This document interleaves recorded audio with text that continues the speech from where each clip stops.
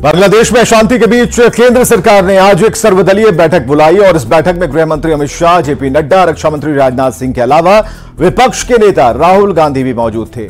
आधिकारिक सूत्रों के मुताबिक विदेश मंत्रालय एस जयशंकर ने स्थिति इसके बारे में विभिन्न राजनीतिक दलों के सदस्यों को भी जानकारी दी है कि वहां क्या उन तक सरकार के पास क्या जानकारियां हैं। और आपको यह बताएं कि बांग्लादेश के ताजा हालात को देखते हुए पूर्व पीएम शेख हसीना अपना देश छोड़कर भारत पहुंची हैं और इसके बाद वो लंदन जाएंगी। सर्वदलीय बैठक में विदेश मंत्री एस जयशंकर ने जानकारी दी है कि विदेश मंत्री ने यह भी कहा कि सभी भारतीय सुरक्षित हैं। 8,000 छात्र की वापसी हो चुकी है, 12 से 13,000 भारतीय फंसे हैं। और बैठक में राहुल ने बांग्लादेश मुद्दे पर सवाल पूछा था और राहुल गांधी ने कहा था कि तख्तापलट के पीछे क्या विदेशी ताकत का हाथ है, तो विदेश मंत्री ने कहा कि एक पाकिस्तानी राजदूत ने प्रोफाइल फोटो बदला, अभी कहना जल्दबाजी होगी, शेख हसीना पर अभी फैसला नहीं है। विदेश मंत्री एस जयशंकर बांग्लादेश के हालात पर आज सदन में बोलेंगे और राज्यसभा में 2:30 बजे और लोकसभा में 3:30 बजे जानकारी देंगे।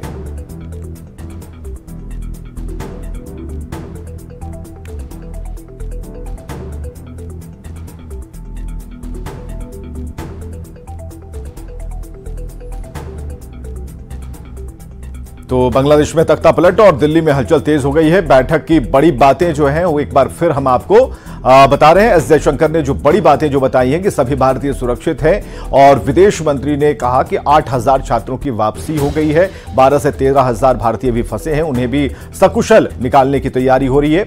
और इधर शेख हसीना को भारत में रहने देना चाहिए या फिर नहीं, इस सवाल पर मनोज झा ने कहा है, सांसद ने कहा है कि फैसला भारत सरकार लेगी, ये फैसले जल्दबाजी में नहीं होते।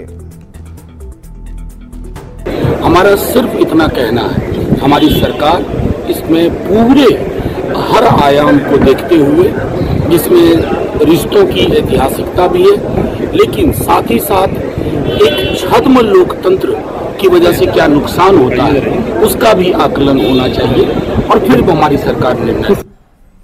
तो बांग्लादेश की घटना को लेकर जेडीयू ने चिंता जताई है। जेडीयू के मुख्य प्रवक्ता केसी त्यागी ने कहा कि यह दुर्भाग्यपूर्ण है, अधिवादी ताकतों के संरक्षण में तख्तापलट हुआ है। 1971 में भी बड़ी संख्या में शरणार्थी नॉर्थ ईस्ट और दूसरे इलाकों में आए थे, इससे बड़ी समस्या पैदा हुई। क्या घुसपैठ की घटनाएं कश्मीर की तर्ज पर यहां डिस्टर्ब करने के लिए आयोजित की जाएंगी?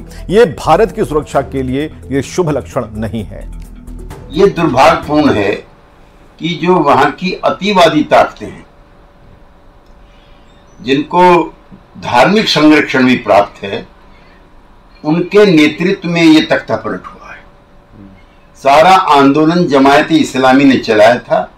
कुल मिलाकर के भारतीय सुरक्षा के लिए ये शुभ लक्षण नहीं है और भारत की खुफिया एजेंसी और पश्चिमी बंगाल की सरकार, उनमें तालमेल बढ़ना चाहिए। ममता दीदी को भी अब केंद्र का विरोध छोड़ करके जो अब संभावित खतरा बांग्लादेश से शरणार्थियों का या टेररिस्ट का है, केंद्र सरकार के साथ सहयोग करके उस पर रोक लगानी चाहिए।